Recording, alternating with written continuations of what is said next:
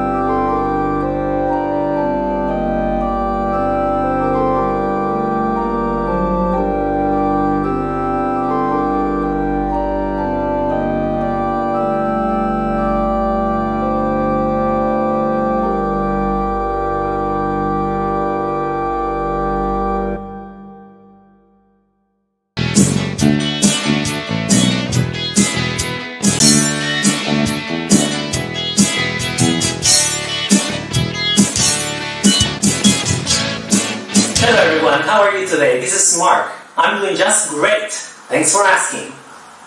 Do you often watch my lessons on YouTube?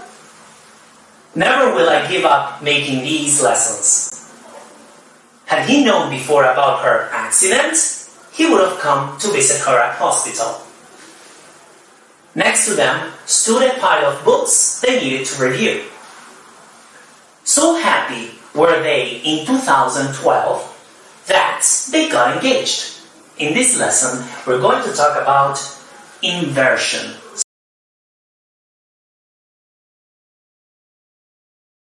One of you have asked me to talk about inversion.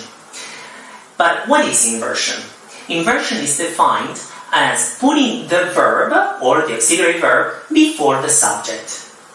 Let's take a look at all the forms we have of inversion. The most common one is the first one, in question forms. Okay? So, like in my example, do you often watch my lessons on YouTube? Do you often? Obviously, the positive sentence would be, I often watch your English lessons on YouTube. The subject goes first in a positive sentence, right? And then the verb goes after. Remember that when we make a question in the present simple tense, we need to put an auxiliary before, right? So, do you, and this is where inversion comes. Do you often watch? Does she often watch? Etc., etc. Now, I have other examples for you. So, with the present perfect, have you visited Rome? Have you visited Rome? Here is the inversion.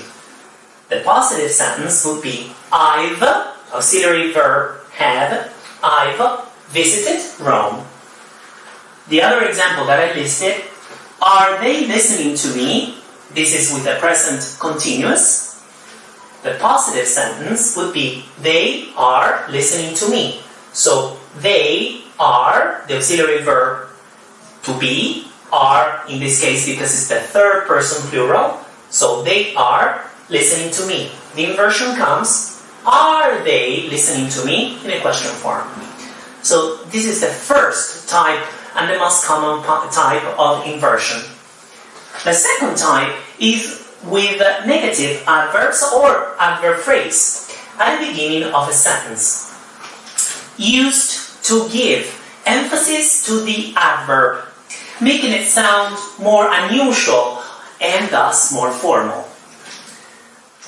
Like in my example, never will I give up making these lessons or these English lessons on YouTube.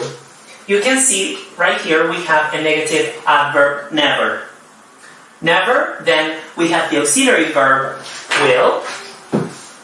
I decided to talk about the future. Never will I, and here is the subject. So the auxiliary verb and the subject, and then give up the phrasal verb, making these English lessons on YouTube.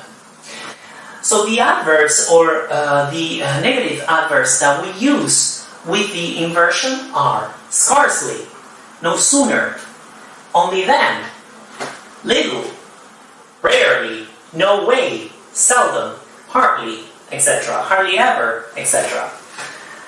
I said that you have to pay close attention because some adverb phrases, the inversion comes after.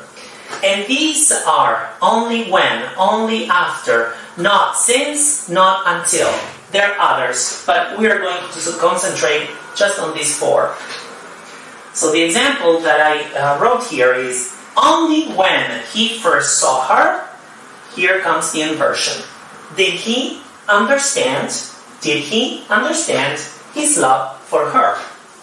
So the inversion is right here, auxiliary verb, did, then we have the subject. And then the verb, the infinitive verb, because obviously I added did before, so I made the sentence in the past. So did he understand? Do not make the mistake to say, did he understood? No. Did he understand? So infinitive verb, or the base of the verb. Did he understand his love for her? Let's look at the other forms now. There are other three situations where we can use inversion. The first one, in conditionals. That's right, in conditional sentences, to make them more interesting. Don't forget, though, that we don't use if at the beginning if we use inversion. So this is done with had, should, were. Let's look at my introductory example. Had he known before about her accident, he would have come to visit her at hospital. So obviously right here we have had, okay, which is the auxiliary verb of the past perfect, and I invert it with the subject, he. So had he known, and this is the past participle of the verb to know, before about her accident, he would have come to visit her at hospital. What type of conditional is this? This is the third conditional. Another type of situation where we can find inversion is with adjuncts or adverbial expressions of place to sound more formal. Like in my example, next to them stood a pile of books they needed to review. So we have the verb stood or stand, and then a pile of books, which is the subject. How would it sound normally? A pile of books they needed to review stood next to them. That's it. But to sound more formal and more sophisticated, we can say next to them stood a pile of books they needed to review. Let's look at another example. On the ceiling hangs a fan. So hang is the verb and a fan is the subject. So to sound less formal, we could say a fan hangs on the ceiling. That's it. Okay, and the final inversion or situation where we can find inversion is with so plus adjective plus that.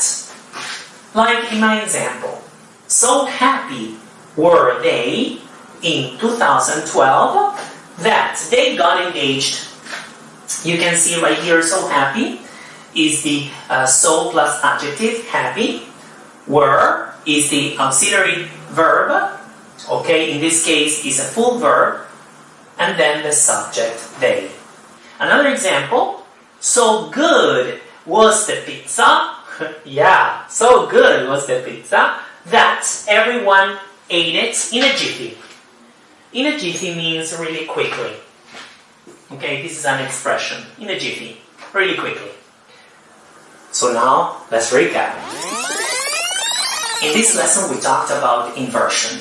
What is inversion? It's putting the verb before the subject. That's it. Sometimes it's used to sound more formal or sophisticated. We talked about 5 situations where we can find inversion. Naturally, the first one is in question forms. With negative adverbs or adverbial phrases, conditional sentences replacing if, with adjuncts or adverbial expressions of place, and with so plus adjective plus that.